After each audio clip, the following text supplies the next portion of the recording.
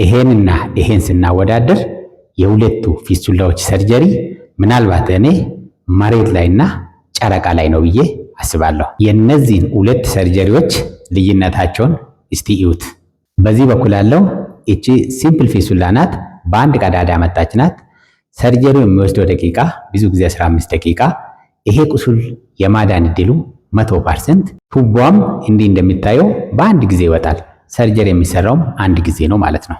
በተቃራኒ ደግሞ በዚህ በኩል ልዩት። እንዲህ አይነት ብዙ ቀዳዳ ይዞ የሚመጣ ፊስቱላ ኮምፕሌክስ ፊስቱላ እንላለን።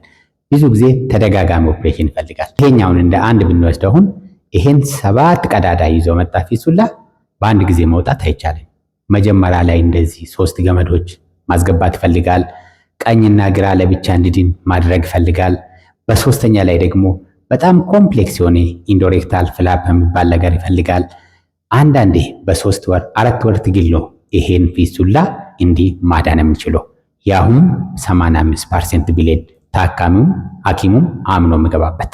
ይሄንና ይሄን ስናወዳደር የሁለቱ ፊስቱላዎች ሰርጀሪ ምናልባት እኔ መሬት ላይና ጨረቃ ላይ ነው ብዬ አስባለሁ። ይሄን ዩቱብ ለሚያዳምጡት ባለሙያም ታካሚም ያለኝ ምልክት የሚኖር ምንድነው?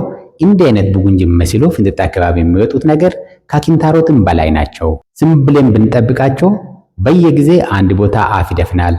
እሰ ብለን ስንደሰት ዞሮ ይፈርጣል። እንደዚህ አይነት ነገር መታከም በጊዜ ነው። መታከም በአንድ ቀዳዳ ነው። ይሄኛውን ዩቱብ ቻናሌን ፎሎ ማድረግ አትርሱ።